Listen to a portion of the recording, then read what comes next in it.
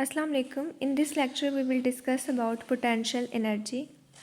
Potential energy को discuss करने से पहले हम लोग ऐसे फिनमना को डिस्कस करेंगे जिसमें large amount of energy transfer होती है, यानी ऐसा फिनमना जिसमें ज़्यादा अमाउंट ऑफ एनर्जी प्रोड्यूस भी होती है और एक बॉडी से दूसरी बॉडी में ट्रांसफ़र भी होती है।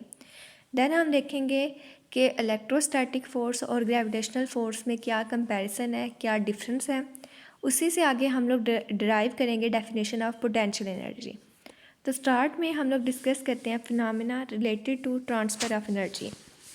तो इसमें हम लोग एक ऐसा इलेक्ट्रिकल फिनोमेना डिस्कस करने जा रहे हैं जिसमें large amount of energy transfer होती है।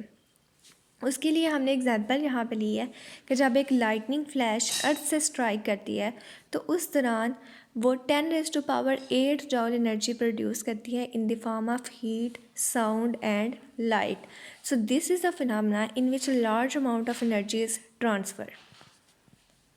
नेक्स्ट हम डिस्कस करेंगे comparison between electrostatic and gravitational force. Electrostatic और ग्रेविटेशनल फोर्स के कंपैरिजन में हम इनके दरमियान सिमिलरिटीज़ और डिफरेंस को डिस्कस करेंगे। तो सबसे पहले हम इसमें डिस्कस करते हैं इलेक्ट्रोस्टैटिक और ग्रेविटेशनल फोर्स की सिमिलरिटीज़। तो इलेक्ट्रोस्टैटिक फोर्स का फार्मूला है F=K(Q1, Q2/R²) and gravitational force का फार्मूला है F=G(M1, M2/R²).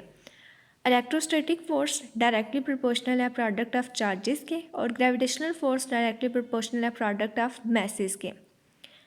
Electrostatic force inversely proportional है स्केयर ऑफ डिस्टेंस के और ग्रेविटेशनल फोर्स इन्वर्सली प्रोपोर्शनल है स्केयर ऑफ डिस्टेंस के। तो पहले तो दोनों का फार्मूला एक दूसरे के सिमिलर लग रहा है। सेकंड वन, दोनों फोर्सेस स्केयर ऑफ डिस्टेंस के इन्वर्सली प्रोपोर्शनल है, यानी both forces depend on inverse of square of distance between two objects. दोनों स्केयर ऑफ डिस्टेंस के इन्वर्सली प्रोपोर्शनल है।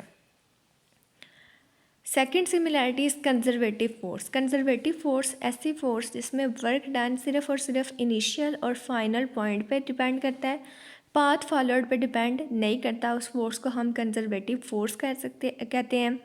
फर्स्ट ईयर में आपने एक कंजर्वेटिव फोर्स का फिनोमेना पढ़ा था जहाँ पे आपने ग्रेविटेशनल फोर्स को कंजर्वेटिव फोर्स प्रूव किया था कि 3 डिफरेंट पाथ लिए थे हमने एक पॉइंट से दूसरे पॉइंट तक जाने में, और तीनों पाथ में जो वर्क डन है वो इंडिपेंडेंट ऑफ पाथ फॉलोड था, वो सिर्फ और सिर्फ डिपेंड करता था इनिशियल और फाइनल पॉइंट पे। तो वहाँ पे हमने कंक्लूड किया था कि gravitational force is a conservative force.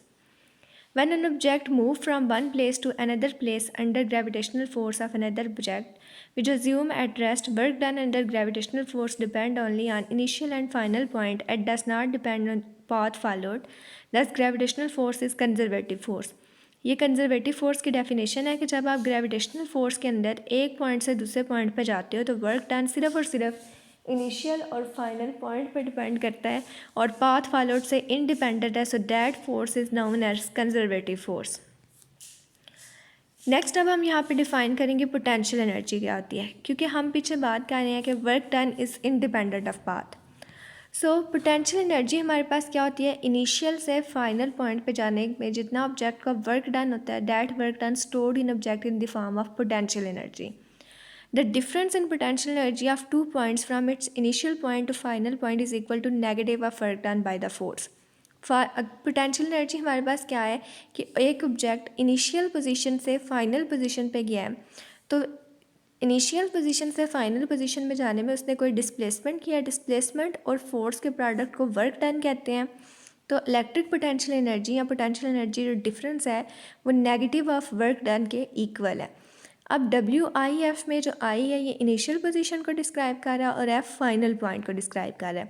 तो जब ऑब्जेक्ट इनिशियल से फाइनल पॉइंट में जाता है तो वहाँ पे ऑब्जेक्ट के वर्क डन करता है, क्योंकि डिस्प्लेसमेंट और फोर्स के प्रोडक्ट को हम क्या कहते हैं, वर्क डन कहते हैं। अगर ग्रेविटेशनल फोर्स की बात की जाए तो जहाँ पे एक ऑब्जेक्ट M1 दूसरा ऑब्जेक्ट M2, M1 का जो डिस्टेंस है वो R1, M2 का डिस्टेंस हो R2, तो उस केस में electric potential energy difference equal आता है delta U is equal -CM1M2 1/R1 -1/R2। और यहाँ से हमने ये भी प्रूव किया था कि electric potential energy is a conservative. Electric potential energy हमारे पास कंजर्वेटिव फील्ड के अंदर हमने प्रूव की थी कि यहाँ पे जो वर्क डन है वो इंडिपेंडेंट ऑफ पाथ फॉलोड है, वो सिर्फ और सिर्फ ग्रेविटेशनल फोर्स के अंदर डिपेंड करता है इनिशियल एंड फाइनल पॉइंट पे। इन कंक्लूजन हम ड्रा आउट करेंगे कि इलेक्ट्रोस्टैटिक फोर्स और ग्रेविटेशनल फोर्स दोनों फोर्सेस कंजर्वेटिव फोर्स हैं। ग्रेविटेशनल फोर्स को कंजर्वेटिव फोर्स हम प्रीवियस क्लासेस में डिस्कस कर चुके हैं। अब अपने नेक्स्ट लेक्चर में हम लोग इलेक्ट्रोस्टैटिक फोर्स को कंजर्वेटिव फोर्स प्रूव करेंगे।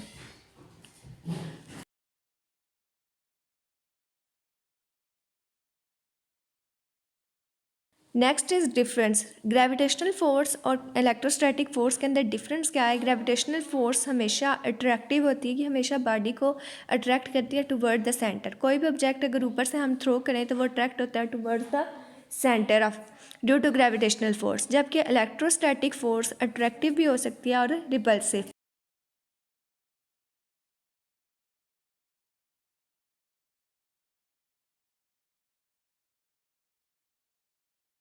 अब इलेक्ट्रोस्टैटिक फोर्स में अगर दोनों ऑब्जेक्ट के ऊपर पॉजिटिव चार्जेस हैं, दो चार्जेस हैं, दोनों पॉजिटिव हैं, तो वो एक दूसरे को रिपेल करेंगे। अगर दोनों नेगेटिव हैं तो वो एक दूसरे को रिपेल करेंगे। लेकिन अगर एक पॉजिटिव और दूसरा नेगेटिव यानी दोनों के साइन अपोजिट है तो वो एक दूसरे को अट्रैक्ट करेंगे।